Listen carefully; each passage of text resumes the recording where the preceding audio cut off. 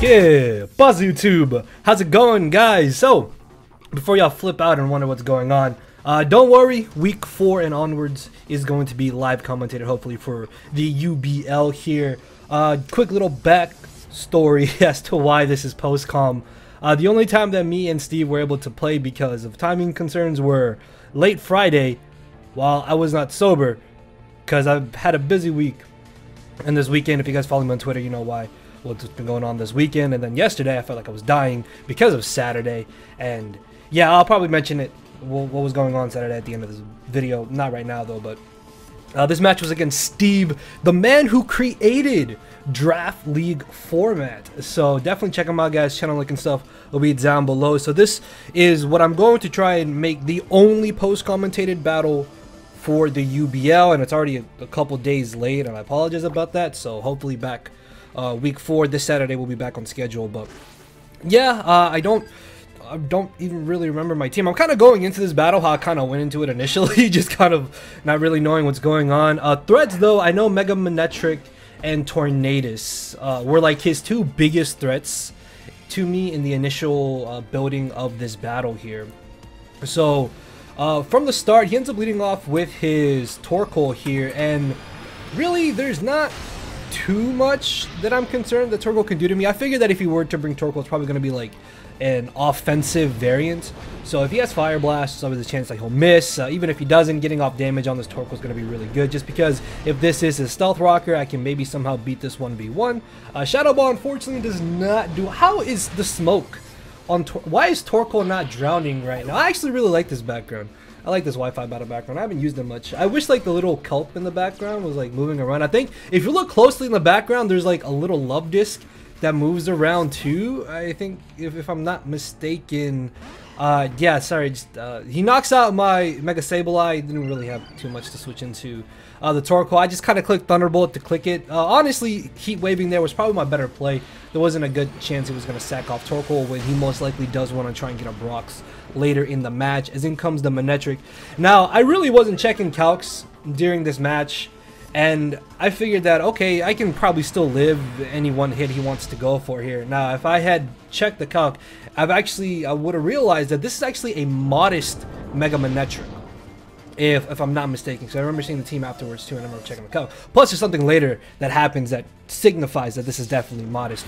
But I would have been able to tell that he was modest from here, and then maybe that would have helped me play around it a little bit easier. But he ends up knocking me out there. I don't get a burn back with Heat Wave as he burns me with the Flamethrower. That Flamethrower burn really didn't matter. He would have knocked me out regardless of what I would have done. As I can bring in Talonflame here, still thinking, oh, he's probably Timid Max Speed. I have Gale Wings activated, so I can get the priority Brave Bird here and potentially knock him out, as he decides to save his Mega Manetric for later in the battle, since it is still actually a pretty scary mon to deal with. No layout and face cam, as you guys have been able to tell, but again, all that will come back next week. I don't know why I'm telling you this like halfway through the battle. See, like I'm all over the place for this narration, which is kind of how it was with this battle here. As I knock him out, this is really nice because now I don't have to worry about him getting rocks up later in the match. Pointless crit there was pointless. I was in the sun. It was boosted, was stabbed. It is what it is. As in comes the Blacephalon here. I got a very perfect answer for this Blacephalon in my Suicune in the back. Like, there is absolutely no way that this Blacephalon should be able to come anywhere close to 2-hit KOing this Suicune variant that I have here.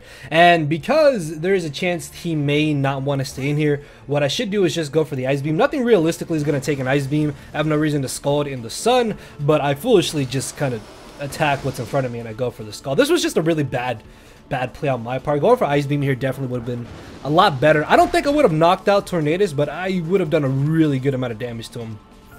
Maybe putting him in low enough range of where if I'm able to get rocks, he may get KO'd by the rocks. I'm not too sure, but I still would have done more damage to him. As in comes the Weavile. Much like the Blacephalon, I should have a decent answer to this Weavile. It's a very obvious answer in the form of my Steelix, but regardless, it's my best switch into this Weavile. And then hopefully from there, I can either be aggressive, go for Heavy Slam, or maybe I can take the opportunity to just go ahead and get up my rocks, as he hits me with the knockoff, gets rid of my Akaberry. That's not entirely too bad. Like, I don't think the Akaberry after knockoff actually would have helped me out too much. Actually, no, maybe I would have been able to live flamethrower from the Mega Magnetric. Either way though, Rocks here is probably my better play. He still has his Glide Score, as you can see. So unless I had Ice Fang, there was really no other good play for me to have gone there besides Rock. Heavy Slam would have been aggressive, but I think that Rocks in the long run might help me out a little bit more as I bring in my Clefable here. This is an offensive Clefable if I'm not mistaken. So even though Earthquake does a good chunk of damage, I know I will be able to live another one.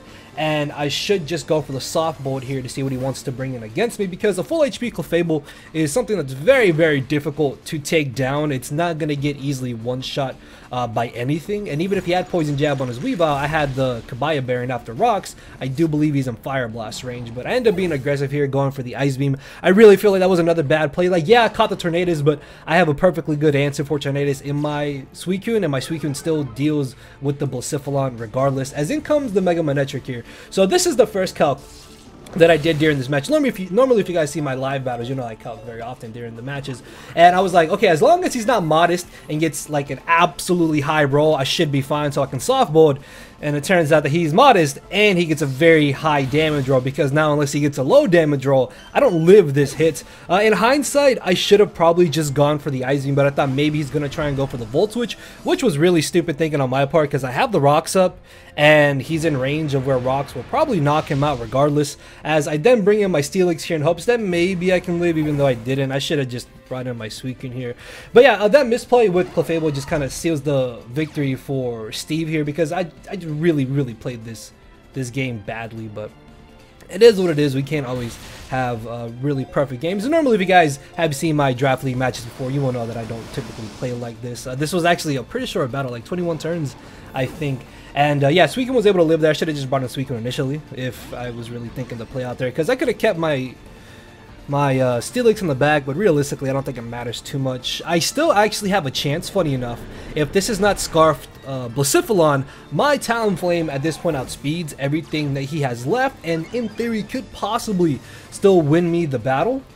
But again, I have to hope that he's not Scarfed, which it would make sense if he wasn't Scarfed. I feel like Choice Lock Blacephalon's really not that good against my team because of things like Suicune and Talonflame. But it turns out that he is Choice Scarfed and he's able to knock me out here, and that is going to be the victory for Mr. Magnitude there. So yeah, a bit of an unfortunate week 3 here, guys. Hopefully things will be perfectly fine for week 4 and onwards. And as I mentioned, basically why I was so busy last week and this weekend is because I was having a baby shower. Again, if you follow my Twitter, you will know having another boy, so that's exciting. It's nice, I guess. Like, he's due at the end of the month, so very soon. But yeah, that's just busy, stressed out Friday, and I was like, man, whatever, let's just get this battle done. But all in all, very fun battle. Shouts out to Steve, though, the creator again of this format. Very awesome dude. Check him out, guys. His channel link and stuff will be down below. Hit that thumbs up button, and I will see you all next week. I apologize for the very short battle this week. So yeah, hopefully it doesn't bother you guys too badly, and things will be back to normal for the rest of this week. So yeah, later, everybody. No matter where you're at, I'm not here to make friends, it's time to attack and deplete your HP with a final smash. Don't make me turn around and pull a 6ft six foot hacks, yeah. 6 foot hacks, yeah. 6 foot hacks.